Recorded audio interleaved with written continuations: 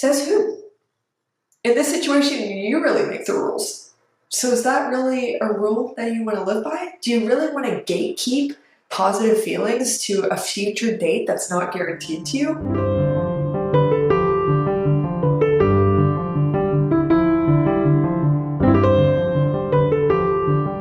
Hey friends, it's Kirsten. Welcome back to the Confident Dancer YouTube channel. Today, since I know so many of us struggle with this at one time or another, I'm going to talk about 3 tips to help you stop comparing yourself to other dancers. I know as a mindset coach, I work with dancers all the time to help them overcome this because it becomes, I know a lot of us experience this like on a light level, but for so many of us also, it becomes really consuming. Like it steals your joy. You're constantly not feeling good enough, or maybe you feel good about yourself and you're dancing for 1 second, but then you're always looking around at what do they have? Oh, that girl has a better body than me, or oh, they're getting the part that I want, whatever. And it's just, it gets you in your head. It affects your well-being. And you know that if you really get in your head and you're not feeling very good, it affects the way you're able to dance, right? Right? Comment below if you relate to that or if you've struggled with comparison. I know it's so normal. So I want to give you some tips today to help you start to recover from that and pull your attention back in towards yourself, what you can do, what you're grateful for, all that good stuff. So buckle up. And I hope you enjoy these tips. Okay, so a big thing with comparison is sometimes it is constructive, right? Like we can objectively see how we are different than someone else, and maybe we see a difference that we like, and we think, oh, I like what that person is doing. Okay, I'm going to do that too. That kind of very objective comparison that helps you to see more possibilities. It's constructive. It helps you to grow. It opens your mind. That's awesome. Keep doing that. That's great. So not all comparison is bad, but when comparison gets destructive, it is because we are looking at someone else and thinking they have something that we don't. And then we start to reflect back on ourselves and we feel like something is missing, something is wrong with me or my experience. And that's where it really starts to go awry for us. So specifically when you compare yourself to someone else, you put what they have or their experience on a pedestal, and then you look back at yourself and you're like, oh, something is wrong with me, something is missing, I'm not doing something right.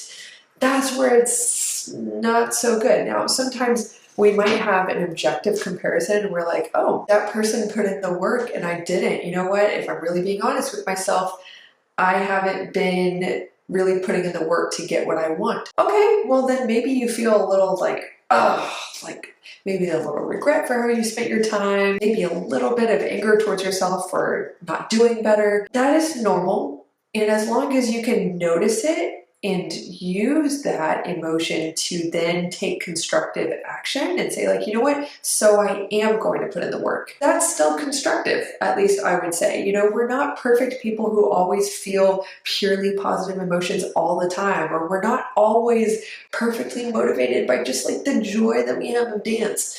Sometimes it's an experience like the one I just described that gives us a kick in the booty to work and to do what we want to do and get what we want. So that's not all bad. But again, the kind of comparison that's not so constructive is when we consistently put other people on a pedestal and we're making this comparison that fuels negative beliefs we have about ourselves. Like, I'm not good enough. Something's wrong with me. They have what I don't have. I'm not doing well enough in life. My journey isn't good. I'm a failure, so on and so forth. I think you get what I mean. So moving on to the first tip. So tip number 1 is to identify how you think you will feel if you were to get what that other person has, okay? And then the part 2 to this is identify a healthy way for you to give yourself that feeling. Because the thing is with comparison, I'm going to explain this, is that we think that what we really want is to look like that person, is to get the praise they're getting, it's to accomplish what they have accomplished. We think that's what we really want, but those things are subjective. Like if you were not a dancer, you wouldn't care. It's not really the things that motivate human behavior. It's the feeling we think we'll get if we had that. Humans are extremely motivated by feelings, okay? And when you understand this, it really starts to open the world up to you, because it's not about having the feet that other ballet dancer has, or the parts or whatever. Your brain is like, oh, I would feel so proud of myself if I had that. Or maybe it's your brain thinks, oh, I wouldn't feel scared anymore about my future and so scared of failing if I had that. So maybe it's you think you would feel relief or like safety or security because you wouldn't feel negatively anymore. You can't always have the life that someone else has. You can't always have the things that someone else has. You certainly can't have the body that they have. You only have one and it's obviously yours and you can't get a refund. Sorry. So it's such good news that when you realize, oh, we're all just chasing a feeling and we can give ourselves whatever feeling we want to have, the world really opens up to you. You don't have to constantly think, oh, you know what, it would be so cool if I was them. I just wish I had this or that. You can identify, okay, what's the feeling I really want to have? What's a healthier way for me to start to get that feeling? Maybe what you really want to feel is you want to feel happy. Okay, that's a simple one. Look at your daily opportunities to dance or weekly, whatever, if it's ballet class, for example. I know people of all sorts of genres watch this channel, but maybe it's ballet, okay? So look at your ballet class in your mind and think, okay, how can I experience more happiness in ballet class? What are some things in ballet class that I could enjoy more and that could boost my happiness? Maybe it's really listening to the music and like playing a game with yourself to see like how far you can bend, how much space you can take up, how much you can travel, or you can really find joy in really playing with the musicality and going into class and being like, okay, how precise can I be in my rhythm and how inspired can I be by the music? Find anything. There are so many things to enjoy about class. And allow yourself to start to experience that feeling. It requires an openness to experiencing that feeling and also a suspension of judgment. So often we are so stuck in judgment in our heads, like, I can't feel that until I'm good enough. I can't feel that until I'm a professional. Says who? In this situation, you really make the rules. So is that really a rule that you want to live by? Do you really want to gatekeep positive feelings to a future date that's not guaranteed to you? I can tell you, I've done that. You don't want to do it. You don't do it. If I may be so bold as to tell you that, right? Because I trained pre-professionally, worked super hard from the age of 12 to 22 when I finally joined my first company. 10 years. And I experienced a lot of joy. I love to dance. I truly love to dance. So there were many times where I was really happy.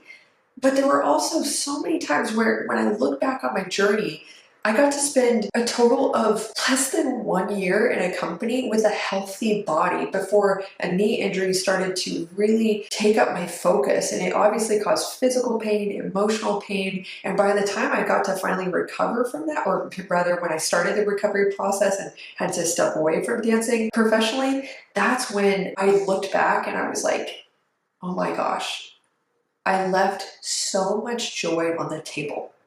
That was the exact sentence in my head. I left so much joy on the table. I look back on videos of me dancing during that time now, and again, I'm very blessed. I still dance. I didn't lose dance. I got to recover. I still perform. I even perform professionally. It's so cool. There are so many things now I'm doing that I thought, oh my gosh, it's just over when I was dancing. But that's another story, another thing. But I look back now and I can see photos or videos of me dancing back then, and I'm able to see it through new eyes and be like, wow, that was beautiful, or how cool. I used to be much stronger than I am right now because I don't train full-time or dance every single day even. And so there are a lot of things I could do back then that I'm currently not training at the level to do that safely. And I'm able to see like, wow, that's so cool. And I know for a fact that in my head during that time, a lot of times I was happy, but there were a lot of times I wasn't, and I was discounting my abilities. I was thinking that's not good enough, or this needs to be better, or I don't look like that person. And I was giving away my own joy Now, to be clear, we don't have to feel happy all the time. It's not a reasonable expectation. It's really not. So don't put pressure on yourself to feel that. The full spectrum of human emotions are normal to feel. We all feel them, and there's a time and place for everything, right? So it's all fine. But chances are you're watching this video because you want to feel better. So that's why I share that first point to say, like, you don't have to gatekeep your feelings. Identify what you think someone else is feeling that you want to feel, and then identify ways to help yourself start to feel that. The second point is to identify false assumptions you're making about other people's lives. And when I say false assumptions, some examples of that might be, you're probably assuming how they feel, how good it feels to be them. You're probably assuming their whole life path ahead of them, or like at least the next couple years for them in dance, like, wow, they've really got it going for them. You're probably assuming things about their past. And it's those assumptions that really separate us, and they also hurt us individually, because typically with comparison we're putting other people's experience on a pedestal. And the thing with this point is, I want to encourage you in this point as like kind of a part B to it, to zoom out, because you're probably so zoomed in on your life and someone else's life.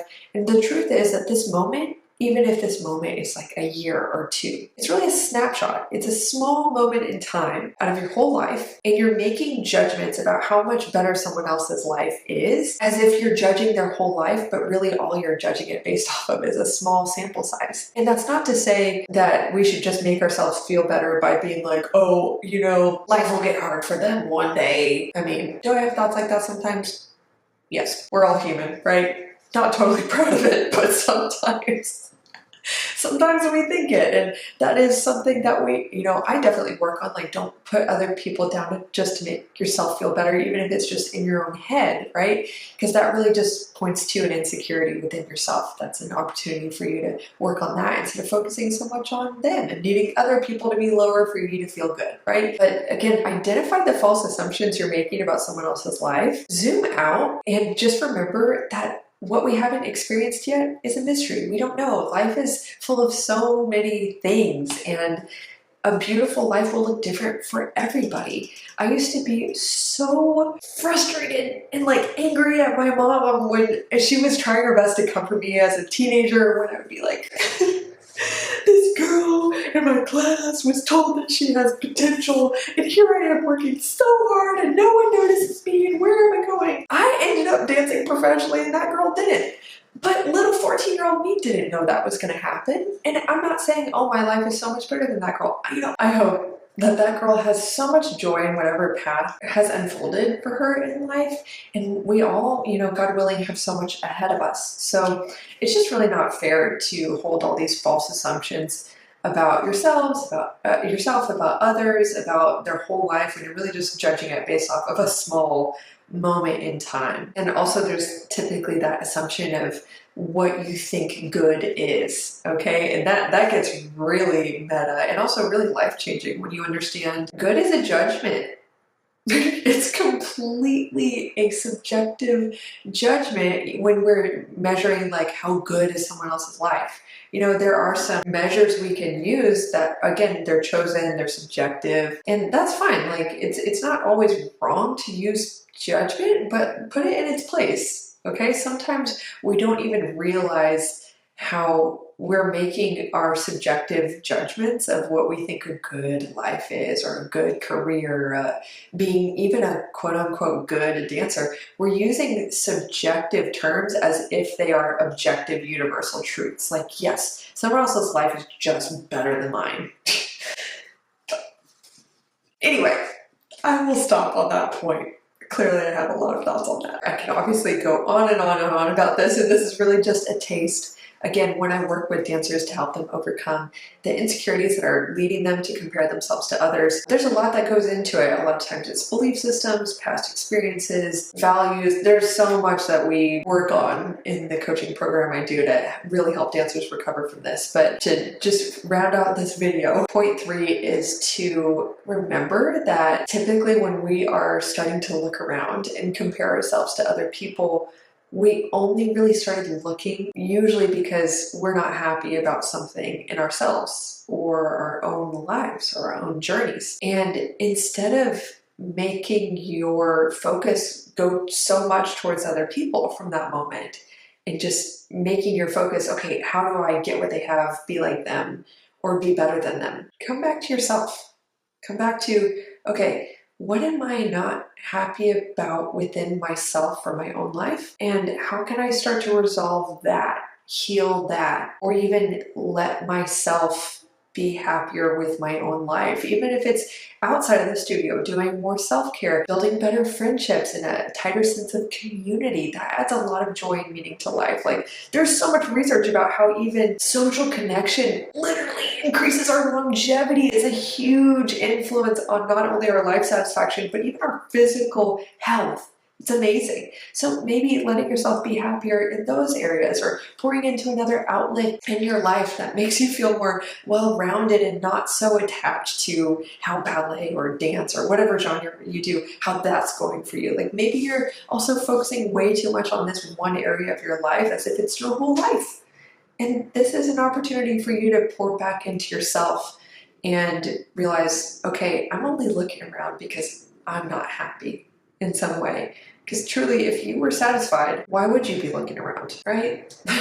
That's usually one of the only reasons why we start to do that, and we start to make those comparative negative judgments. So that is a general point, but that's the final encouragement I want to leave you with. I hope you really enjoyed this video. Again, if you really want to dive deeper into the root causes of what's causing you to compare yourself to others, resolve the inner belief systems and different forces that are causing this to come up for you, that is definitely something I work on with dancers all the time in the Confident Dancer coaching program. So know that that support is available. It's specifically designed for dancers, so you know that you can come into it feeling totally assured that you're working with someone who understands dance, who understands the dance world. I understand like the goals, desires, and challenges of so many dancers, and it just makes it so nice to work with someone who you know gets you. So yeah, information about that program is linked down below. You can visit my website, theconfidentdancer.com, and learn more about how to enroll in that program if you choose. So hope you enjoyed this video. Thank you so much for watching. I'll see you in the next one. Bye.